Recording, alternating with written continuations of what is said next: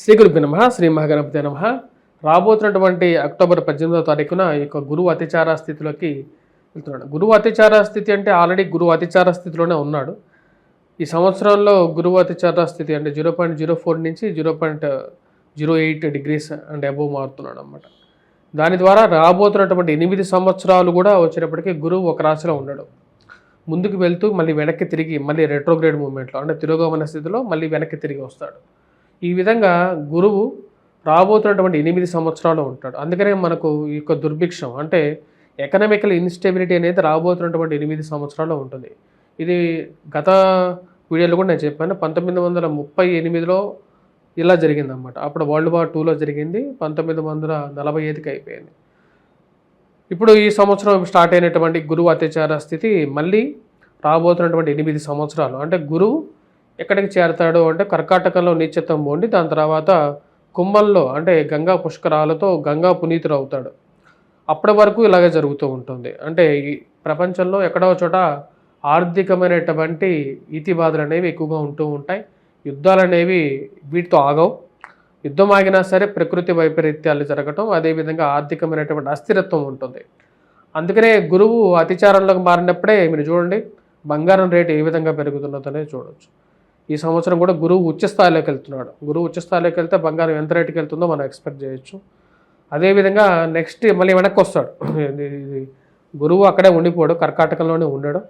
కర్కాటకం నుంచి మళ్ళీ తిరిగి రెట్రోగ్రేడ్ మూవ్మెంట్లో మళ్ళీ తిరిగి మిథునంకి చేరతాడు. మిథునంకి చేరి మళ్ళీ నెక్స్ట్ ఇయర్ మేలో మళ్ళీ కర్కాటకంలోకి వెళ్తాడు. కర్కాటకంలోనే ఉండడు. మళ్ళీ దాని తర్వాత మళ్ళీ అలా ముందుకు వెళ్తాడు. తర్వాత మళ్ళీ వెనక్కి వస్తాడు. కొన్ని నెలల పాటు 1 నెలల పాటే ఇక్కడ కర్కాటకంలో ఉంటాడు. ఈ యొక్క రాబోతున్నటువంటి గురువు అత్యాచార స్థితి అఖండంగా యోగించబోతున్నటువంటి 4 రాశుల వాళ్ళు ఎవరు అంటే దానిలో ముందుగా వచ్చేటప్పటికి మిథున రాశి. మిథున రాశి వారికి జన్మరాశిలో ఉండేటువంటి గురువు కన్నా వచ్చేటప్పటికి ధనస్థానంలో ఉచ్చస్థానంలో ఉండేటువంటి గురువు యోగకారకుడు. ఎందుకంటే గురువు ధనస్థానంలో ఉన్నప్పుడు ఇరుగు పొరుగు సఖ్యతని, ధన సంబంధితమైన వ్యవహారాల్లో రొటేషన్ని, ఫైనాన్షియల్ స్టెబిలిటీని, కుటుంబాల్లో ప్రశాంతతని, ఇరుగు పొరుగు సఖ్యతని మరియు అదేవిధంగా సొసైటీలో ఒక గౌరవాన్ని, గుర్తింపుని ఇవ్వగలుగుతాడు. స్థిరచరాస్తి కొనుగోలు సంబంధితమైన వ్యవహారాల్లో అనుకూలమైనటువంటి ఫలితాన్ని ఇవ్వగలుగుతాడు. వైవాహిక జీవితంలో సౌఖ్యాన్ని ఇవ్వగలుగుతాడు. అదేవిధంగా సంతాన ప్రాప్తిని కూడా ఇవ్వగలుగుతాడు. అనుకూలమైన స్థానాల్లో గురువు ఉచ్చ స్థానంలోకి రావటం అనేది మిథున రాశి వారికి మళ్ళీ తిరిగి 12 సంవత్సరాల తర్వాత కానీ రాదు. కాబట్టి ఈ యొక్క స్థితి యోగకారకమైనటువంటి స్థితి. సమయానుకూలంగా వాడుకునేటువంటి సమయం అనేది 1 గంట అయినా సరే ఒకటే, నెలన్నర అయినా సరే ఒకటే అన్నమాట. అంత సానుకూలమైనటువంటి స్థితిలోకి గురువు రాగలుగుతున్నాడు. ఇది కుటుంబ సంబంధ బాంధవ్యాలని పెంపొందించుకోగలుగుతుంది. అదేవిధంగా ఫైనాన్షియల్గా కూడా స్థిరత్వాన్ని పొందగలిగినటువంటి స్థితిలోకి వెళ్ళగలుగుతాడు అన్నమాట. అంటే డబ్బు సంపాదనలో కానీ ఉద్యోగపరంగాను అనుకూలమైనటువంటి సమయంగానే చెప్పచ్చు.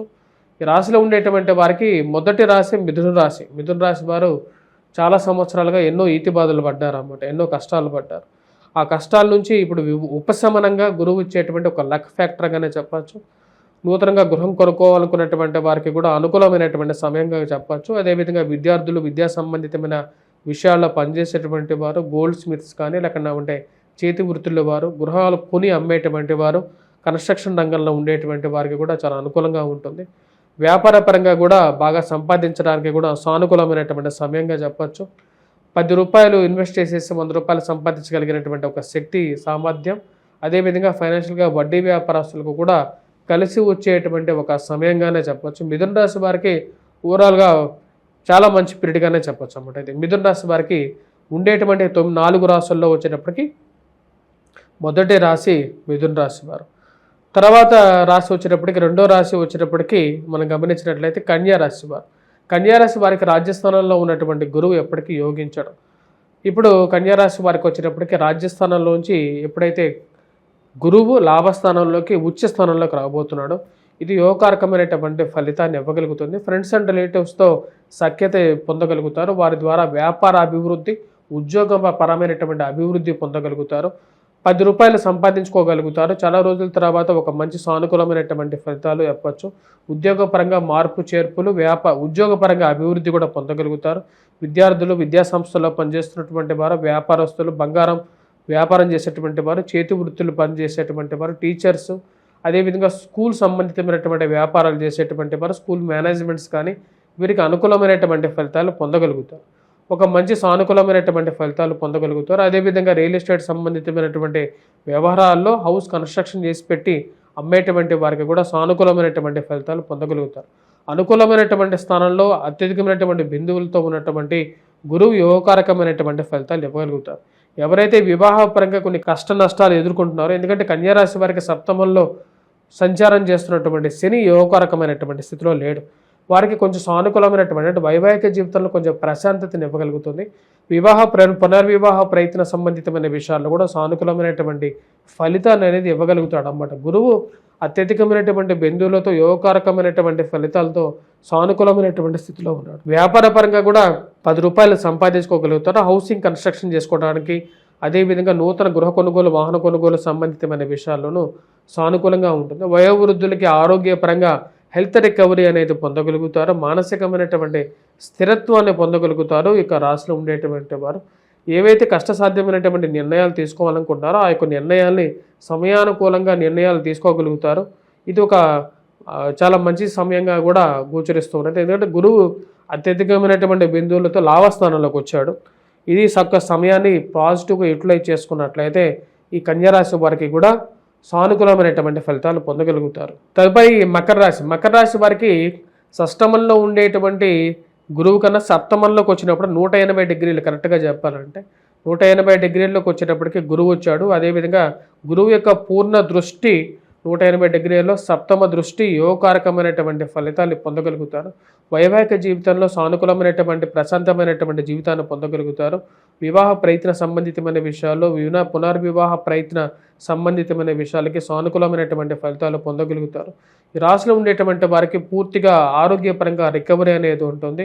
ప్రశాంతమైనటువంటి జీవితం గురించి ప్రయత్నం చేసేటువంటి వారికి అనుకూలమైనటువంటి ఫలితాలు పొందగలుగుతాయి. రాశిలో ఉండేటువంటి వారికి ముఖ్యంగా వచ్చేటప్పటికీ ఫైనాన్షియల్గా రికవరీ, అదేవిధంగా గృహ కొనుగోలు, వాహన కొనుగోలు సంబంధితమైన విషయాల్లోనూ, దూర ప్రాంత ప్రయాణ సంబంధితమైన విషయాల్లోనూ అనుకూలమైనటువంటి ఫలితాలు పొందగలుగుతారు.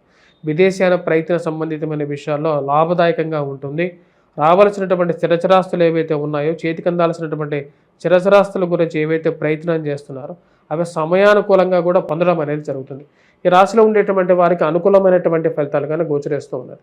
ఈ రాశిలో ఉండేటువంటి వారు విద్యార్థులు, విద్యా సంస్థల్లో పనిచేస్తున్నటువంటి వారు బాగా రాణించగలుగుతారు. మరి ముఖ్యంగా పుస్తకరంగ ముద్రణలో ఉండేటువంటి వారికి బాగా సంపాదన కూడా అనుకూలంగా ఉంటుంది. అదేవిధంగా గోల్డ్ వ్యాపార వర్తకాలు, చేతి వృత్తుల వారు, అదేవిధంగా తోపుడు బండ్లు వారు కానీ, కాఫీ టీ స్టాల్స్లో పనిచేసేటువంటి వారు, ఆ యొక్క షాప్ యజమానులు కానీ, రెస్టారెంట్స్ కానీ, హోటల్స్ రన్ చేసేటువంటి వారికి కూడా చాలా అనుకూలంగా ఉంటుంది. పురోహితులకి అనుకూలంగా ఉంటుంది. అదేవిధంగా ఇక పురోహిత వృత్తి చేసేటువంటి వారు, మత ప్రచారకులు, అదేవిధంగా ఎవరైతే ఇక ప్రవచనకర్తలకు కూడా అనుకూలమైనటువంటి ఫలితాలు పొందగలుగుతారు. అదేవిధంగా వచ్చేటప్పటికి ఎవరైతే ఈ యొక్క కోర్స్ పనిలో పనిచేసేటువంటి టీచర్స్ కూడా సానుకూలమైనటువంటి ఫలితాలు పొందగలుగుతారు.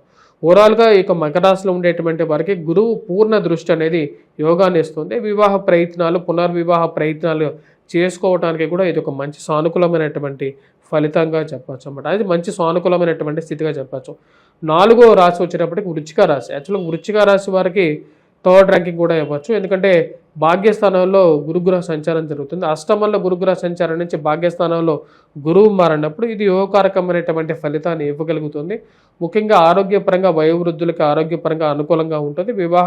పునర్వివాహ ప్రయత్న సంబంధితమైన విషయాల్లో సానుకూలమైనటువంటి ఫలితాలు పొందగలుగుతారు. ఆరోగ్యపరంగా హెల్త్ రికవరీ అనేది చాలా కలిసి వచ్చే విధంగా ఉంటుంది. ఈ రాశిలో ఉండేటువంటి వారికి నూతన గృహ కొనుగోలు, వాహన కొనుగోలు సంబంధితమైన విషయాలు లాభదాయకంగా ఉంటుంది. ఇంట్లో పిల్లలకి ఎదుగుదల, సంతాన ప్రాప్తి కలగటం అనేది ఒక మంచి పరిణామంగా చెప్పచ్చు. పిల్లలకి ఎదుగుదలతో పాటు ఈ రాశిలో ఉండేటువంటి వారికి సంతాన ప్రాప్తి పొందగలుగుతారు. స్త్రీలకి సౌభాగ్యాన్ని పొందగలుగుతారు. అంటే స్త్రీలకి సౌభాగ్యం అంటే వారికి వివాహం జరగటం, ఆ వివాహం ద్వారా వారికి సౌభాగ్యం అనేది సిద్ధిస్తుంది. అదేవిధంగా విదేశాన ప్రయత్న సంబంధితమైన విషయాలు కూడా లాభించగలుగుతాయి. ఎందుకంటే భాగ్యస్థానాల్లో గురు సంచారం అనేది భాగ్యాన్ని వృద్ధి చెందుతుంది. అంటే ప్రమోషన్ ద్వారా కానీ, ఫైనాన్షియల్గా కానీ వారికి ఉన్నతమైనటువంటి ఒక స్థితిని పొందగలుగుతారు. ఈ విధంగా ఈ రాశిలో ఉండేటువంటి వారికి అనుకూలంగా ఉంటుంది. అదేవిధంగా వ్యాపార పరంగా కూడా కొత్త వ్యాపారాన్ని ఆరంభించేటువంటి వారికి, ఉన్నటువంటి వ్యాపార విస్తరణ చేసేటువంటి వారికి కూడా అనుకూలమైనటువంటి ఫలితాలు పొందగలుగుతారు. టీచింగ్ రంగంలో ఉండేటువంటి వారికి కూడా అనుకూలమైనటువంటి ఫలితాలు పొందగలుగుతారు. టీచింగ్ వాటితో పాటు ఎవరైతే ఈ యొక్క మీడియా రంగంలో ఉండేటువంటి వారికి, హౌసింగ్ కన్స్ట్రక్షన్ రంగంలో ఉండేటువంటి వారికి, హోటల్ రంగంలో ఉండేటువంటి వారికి కూడా చాలా అనుకూలంగా ఉంటుంది. అదేవిధంగా ఈ యొక్క షాప్స్ రన్ చేసేటువంటి వారికి కూడా చాలా అనుకూలమైనటువంటి ఫలితాలు, పూజా స్టోర్స్ రన్ చేసేటువంటి వారికి కూడా సానుకూలమైనటువంటి ఫలితాలు పొందగలుగుతారు. ఓవరాల్గా ఈ 4 రాశులు ఉండేటువంటి వారికి గురువు యొక్క సానుకూలమైనటువంటి స్థితి యోగకారకమైనటువంటి ఫలితాలు అనేది పొందగలుగుతారు. స్వస్తి.